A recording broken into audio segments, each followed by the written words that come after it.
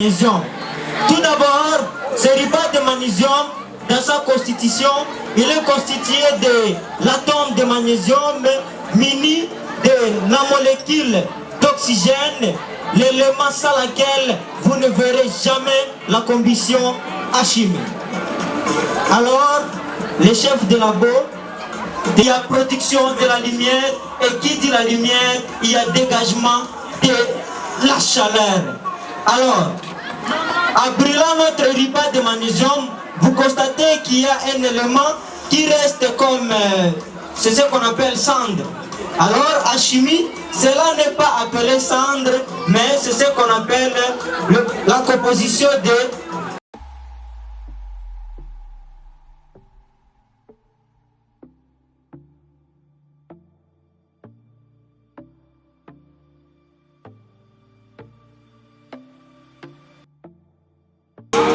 Bonsoir à tous. Alors, comme vous l'avez entendu, ici c'est la scientifique. Et pour cette soirée, nous avons prévu pour vous une expérience de laboratoire. Alors, comme vous le constatez, j'ai avec moi 4 personnes. Et comme je le disais tantôt, il s'agit d'une expérience de laboratoire. C'est pourquoi vous constaterez que nous sommes habillés à blouse et muni de gants dans nos mains. Les filles vont couvrir leurs chevelures comme il est recommandé au labo, mais aussi porter les cache-nez.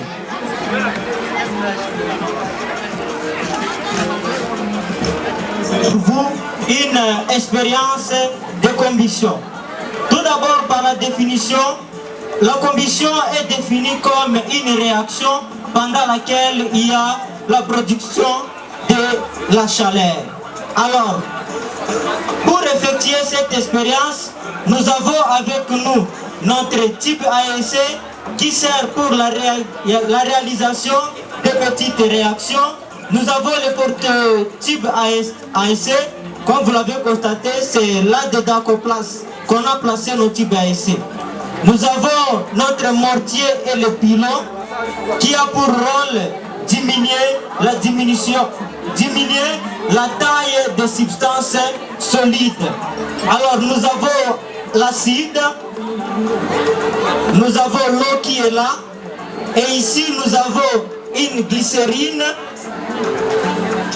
Par là, nous avons ce qu'on appelle la goutte. Nous avons notre pèse. Par là, nous avons le briquet. Peut-être vous vous demanderez pourquoi nous avons le briquet avec nous. C'est parce que j'ai dit, nous allons exposer sur la combustion. Qui dit combustion, c'est-à-dire il y aura production de flammes. Alors par là, nous avons un composé qu'on appelle la phénophtaléine.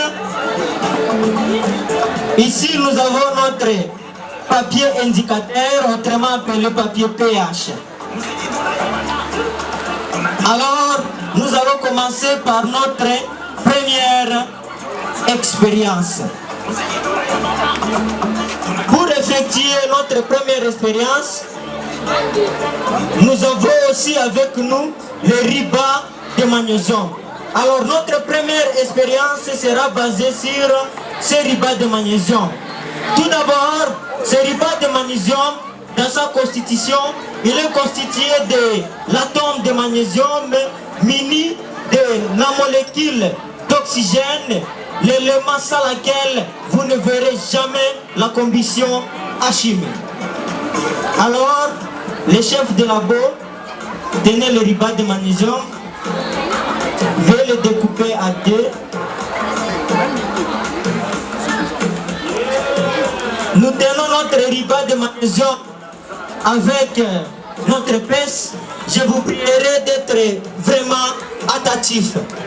Alors, comme je le disais tantôt, nous voulons parler exactement de la combustion. Alors, dans notre cas, avec moi, vous constatez que, en se servant de notre briquet et allumer notre ribat de magnésium, automatiquement il y a production de la lumière, et qui dit la lumière, il y a dégagement de la chaleur. Alors, en brûlant notre repas de magnésium, vous constatez qu'il y a un élément qui reste comme, c'est ce qu'on appelle cendre. Alors, en chimie, cela n'est pas appelé cendre, mais c'est ce qu'on appelle la composition de hydroxyde de magnésium. C'est-à-dire, lorsqu'on a mélangé l'atome de magnésium ainsi que la molécule d'oxygène, ça donne l'hydroxyde de magnésium. En deuxième lieu, nous avons préparé pour vous une expérience acido-basique.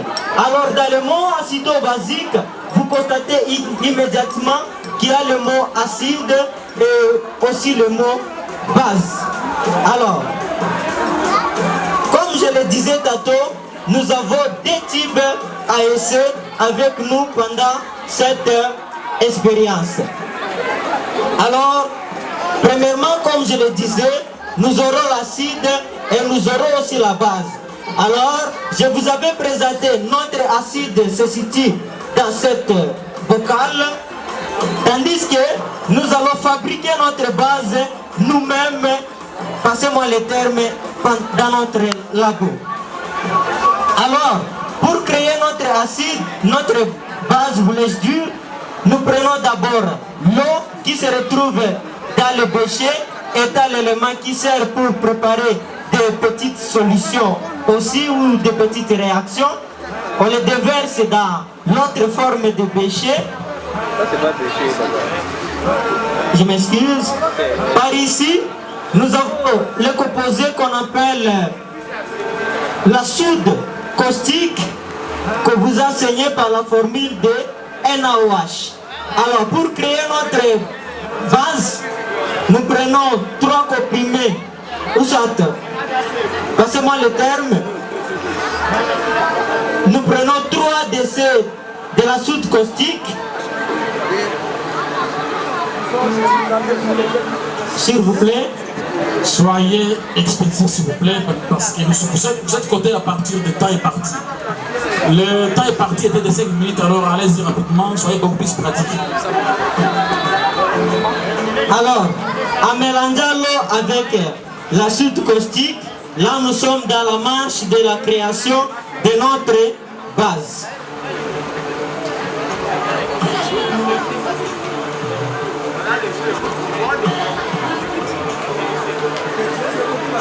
En secouant, c'est-à-dire nous faisons réagir la soude caustique qu'on avait mis à l'intérieur avec l'eau qui a comme formule H2O.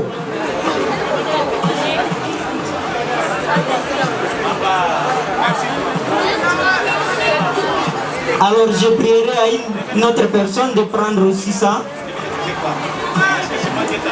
de verser de l'eau, c'est suffisant.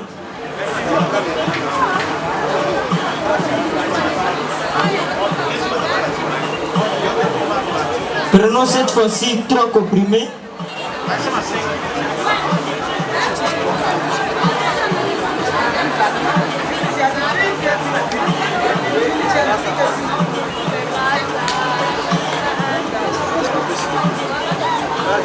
Et au matin 1.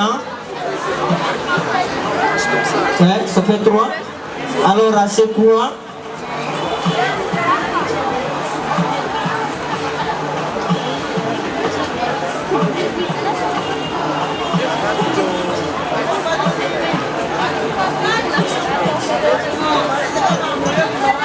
Allez droit s'il vous plaît, allez vite au résultat parce que vous êtes coté à partir du temps qui vous était imparti. Le plus vous traînez, plus vous perdez les points s'il vous plaît. Alors, tenez, par ici, comme on l'avait commencé avec l'autre frère, nous avons le mélange de l'eau et la soude caustique de l'obtention de notre base. Alors, nous avons premièrement d'abord notre base étant prête. Nous allons déverser maintenant l'acide aussi dans zine de type ASC.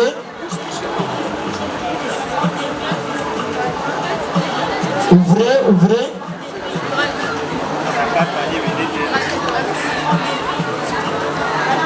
Faites vite, s'il vous plaît. Déversez.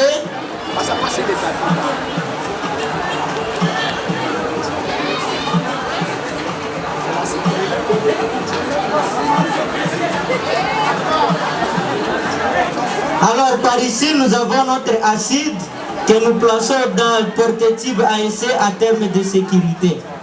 Alors notre base qui était là, nous l'avons fabriquée à 2. Alors si vous le constatez avec moi, en touchant le mélange de l'eau avec la base, veuillez toucher s'il vous plaît. On constate que c'est chaud.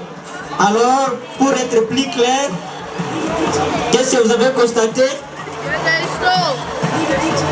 Ça chauffe. Alors, veuillez revenir.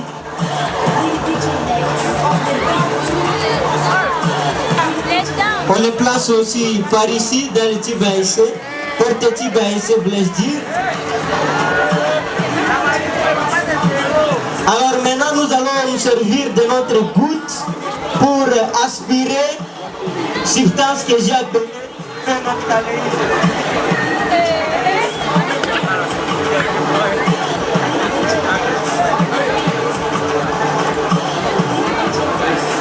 Alors,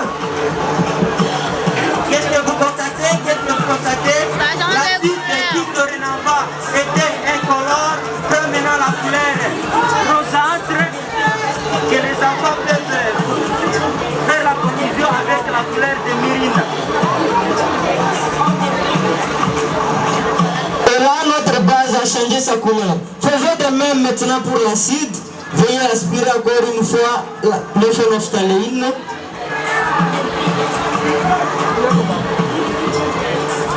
En déversant maintenant notre phénophtaléine dans l'acide, au lieu de prendre la couleur rosâtre, ça a pris plutôt la couleur blanchâtre.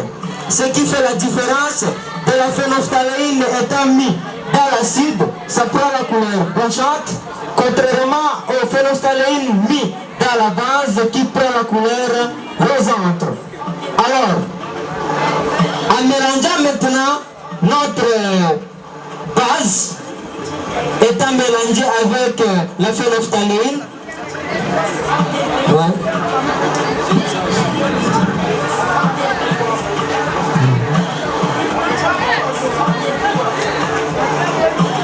on met maintenant l'acide dans notre bécher.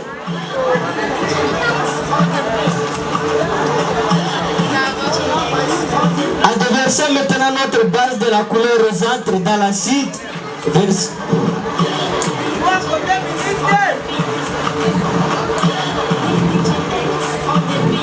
qu'est-ce que vous constatez? La couleur rosâtre disparaît et immédiatement, même notre base, le mélange entre base et phénophtaléine qui était de la couleur rosâtre, prend la couleur blanchâtre de l'enfant. Alors, nous passons à notre dernière expérience.